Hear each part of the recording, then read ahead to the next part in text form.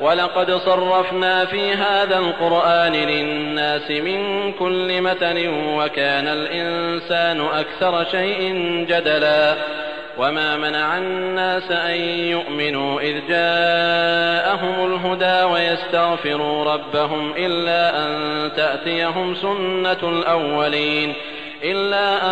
تَأْتِيَهُمْ سُنَّةُ الْأَوَّلِينَ أَوْ يَأْتِيَهُمُ الْعَذَابُ قُبُلًا وَمَا نُرْسِلُ الْمُرْسَلِينَ إِلَّا مُبَشِّرِينَ وَمُنذِرِينَ وَيُجَادِلُ الَّذِينَ كَفَرُوا بِالْبَاطِلِ لِيُدْحِضُوا بِهِ الْحَقَّ وَاتَّخَذُوا آيَاتِي وَمَا أُنذِرُوا هُزُوًا وَمَنْ أَظْلَمُ مِمَّنْ ذُكِّرَ بِآيَاتِ رَبِّهِ فَأَعْرَضَ عَنْهَا وَنَسِيَ مَا قَدَّمَتْ يَدَاهُ إِنَّا جَعَلْنَا عَلَى قُلُوبِهِمْ أَكِنَّةً أَنْ يَفْقَهُوهُ وَفِي آذَانِهِمْ وَقْرًا وَإِنْ تَدْعُهُمْ إِلَى الْهُدَى فَلَنْ يَهْتَدُوا إِذًا أَبَدًا وَرَبُّكَ الْغَفُورُ ذُو الرَّحْمَةِ لَوْ يُؤَاخِذُهُم بِمَا كَسَبُوا لَعَجَّلَ لَهُمُ الْعَذَابَ بَل لَّهُم مَّوْعِدٌ لَّن يَجِدُوا مِن دُونِهِ مَوْئِلًا وَتِلْكَ الْقُرَىٰ أَهْلَكْنَاهُمْ لَمَّا ظَلَمُوا وَجَعَلْنَا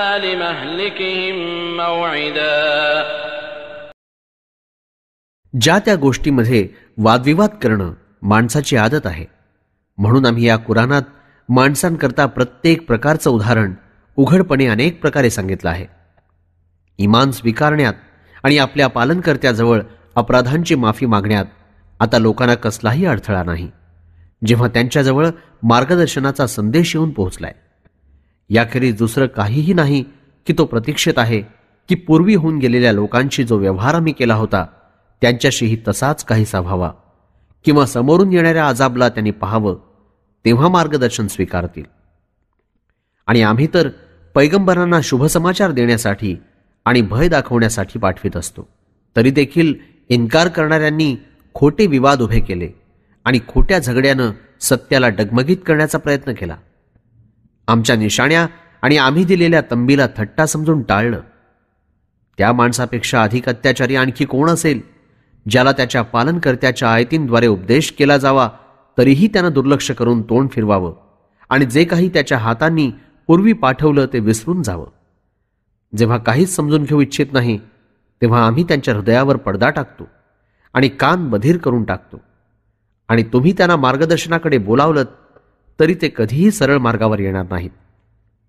आणि तुमचा पालनकर्ता मोठा माफ करणारा, मोठा दयाशील आहे.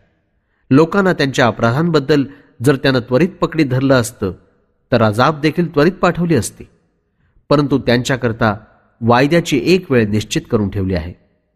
जेव्हा ही वेळ येईल तर तिच्यापासून पळून जाण्यास त्यांना कुठेही जागा मिळणार नाही. ज्या वस्त्यांनी जुलूम करण्याचा निर्धार केला होता त्यांचा आम्ही सर्वनाश करून टाकला आणि यांच्या विनाशाच्या वायद्याची वेळही आम्ही निश्चित केलेली आहे.